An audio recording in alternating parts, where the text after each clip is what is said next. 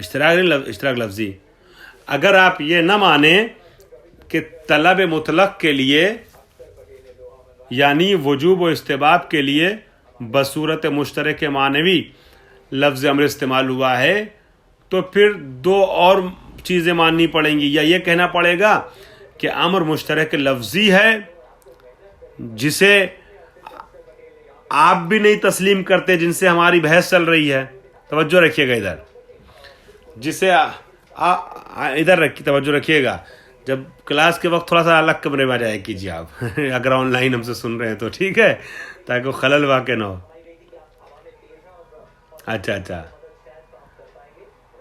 اچھا on line چل رہی کلاس، اللہ کامیاب رکھے. خوب، تو میں کیا عرض کر رہا تھا کہ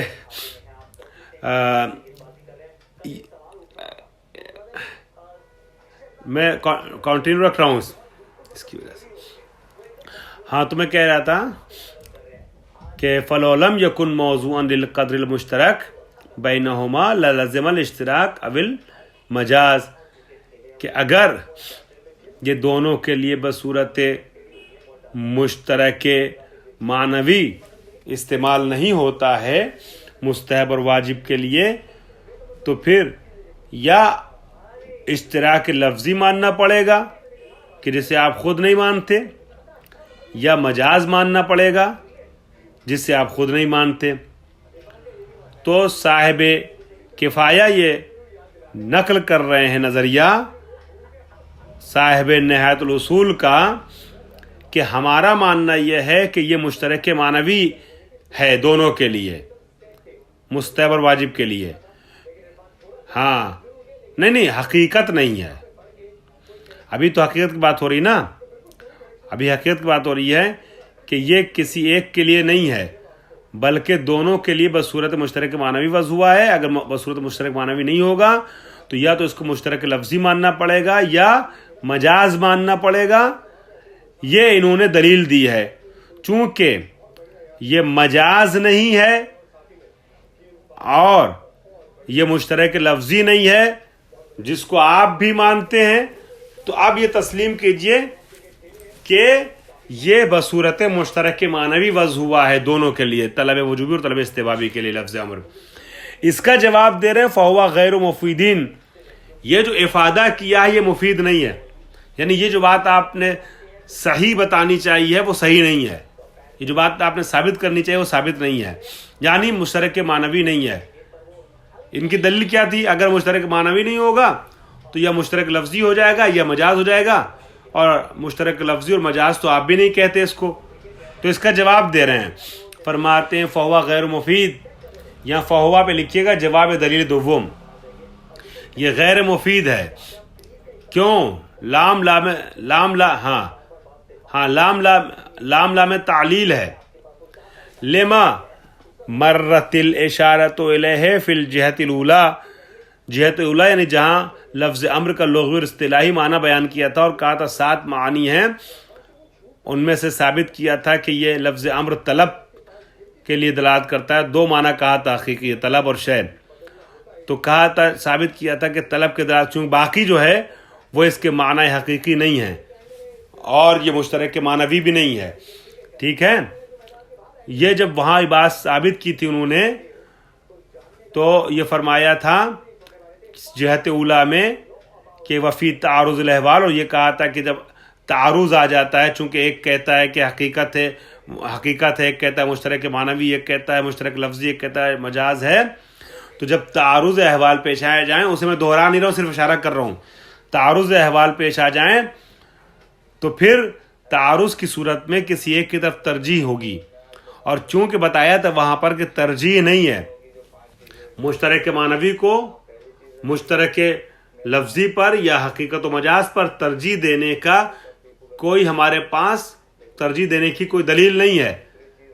تو پھر ہمارے پاس جب تعارض احوال ہو گیا، یعنی ٹکرا گئی دونوں چیزیں، ہم مشترک معنوی مانے کہ لفظی مانے کہ حقیقت و مجاز مانے، کیا مانے، تو جب کوئی دلیل نہیں ترجیح دینے کے لیے ایک کو دوسرے پر، ٹھیک ہے، تو ایسی صورت میں پھر ہم کس کی طرف رجوع کرتے ہیں؟ یاد آ جائے گا آپ کو جب میں نام لوں گا، اصالۃ الظہور کی طرف.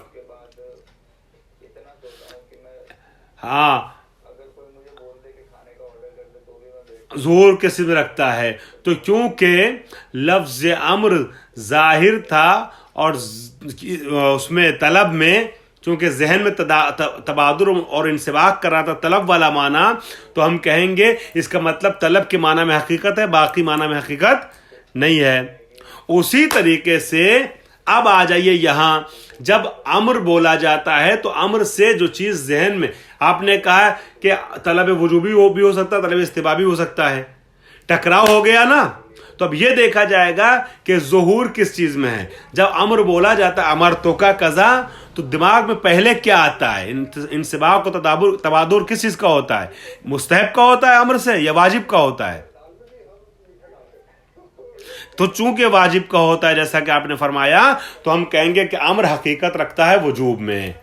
دو دلیل ہو گئی، اس کا جواب دے دیا۔ تیسری چیز فرماتے ہیں دلیل نمبر 3، دلیل نمبر 3 کہتے ہیں کہ والاستدلال بأن فعل اب یہاں اس دلیل میں 3 چیزیں ہیں، صغرا ہے، کبرا ہے، مقدمہ ہے۔ صغرا کبرا نتیجہ، صغرا کبرا منطق ہے، ہاں منطق میں مقدمہ ہوتا ہے نا، پھر نتیجہ ہوتا ہے، تو مقدمے میں صغرا کبرا پھر نتیجہ۔ تو صغرا ہے کہ کل وہ بأن فعل المندوب طاعت، کہ فعل مندوب جو ہے وہ کیا ہے؟ طاعت ہے، اطاعت ہے، فعل مندوب اطاعت ہے، مستحب بھی اطاعت ہے نا اللہ کی، معصوم کی۔ وَكُلُّ طاعت فَهُوَ فعل المامور بہ، اور ہر اطاعت وہ ہے جسے فعل مامور بہ کہا جاتا ہے، یعنی اس کا امر دیا گیا ہے۔ تو جب فعل مندوب اطاعت ہے اور ہر اطاعت جو ہے وہ امر ہے، مامور بہ ہے، تو نتیجہ کیا نکلے گا؟ بتائیے جلدی سے۔ صغرا کبرا بیان کیا، نتیجہ نہیں بیان کیا، نتیجہ آپ کو بتانا ہے۔ حسن دونوں ملا کے نہیں بھائی، مستحب بھی امر ہے۔ کہا گیا کہ امر اطاعت ہے اور ہر اطاعت جو ہے وہ کیا ہے؟ ہر اطاعت جو امر ہے، ہر اطاعت جو ہے وہ کیا ہے؟ امر ہے، ٹھیک ہے؟ تو نتیجہ یہ ہوگا، آپ سائڈ میں لکھیے، آپ نون بنائیے، نون مامور بہی کے بعد نون بنائیے یعنی نتیجہ، پھر لکھیے فالمندوب فعل المامور بہ، فالمندوب فعل المامور بہ، پس نتیجہ یہ نکلا کہ مستحب بھی امر ہے، مامور بہ ہے۔ صغرا کبرا نتیجہ سمجھ آ گیا؟ صغرا ادھر دیکھیے گا، صغرا کیا ہے کہ مندوب اطاعت ہے، مندوب اطاعت ہے۔ کبرا یہ کہ کبرا میں کل آتا ہے نا عام طور پہ، کبرا یہ کہ ہر اطاعت جو وہ امر ہے، نتیجہ یہ نکلا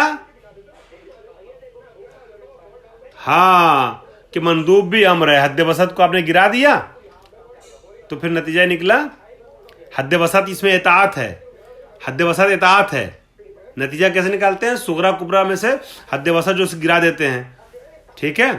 تو صغرا ہے اطاعت، اصغر ہے اطاعت، اکبر ہے کیا نام ہے، کہاں گیا؟ اکبر ہے مامور بہ، حد وسط جو تھا اطاعت تھی، اطاعت کو آپ نے گرا دیا، تو صغرا کبرا کو ملایا تو نتیجہ کیا نکلا کہ بے شک فعل مندوب جو ہے وہ کیا ہے؟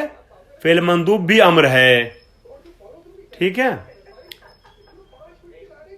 لو اریدا، اچھا فی ہے، لیکن اس میں اشکال یہ ہے کہ مالا یخفا من من الکبرا، کہ کبرا صحیح نہیں ہے، وفی ہے، اس میں اشکال یہ ہے کہ وفی ہے مالا یخفا، اس میں اشکال وہ جو واضح نہیں ہے، کیا واضح ہے، سوری مخفی نہیں ہے، اس میں اشکال یہ وہ ہے کہ جو مخفی نہیں ہے، یعنی اشکال واضح ہے۔ اس کا کیا اشکال ہے؟ من من الکبرا، کہ کبرا آپ کا غلط ہے، کبرا صحیح نہیں ہے، یعنی ہر فعل ہر اطاعت جو ہے وہ مامور بہ نہیں ہوتی ہے، ٹھیک ہے؟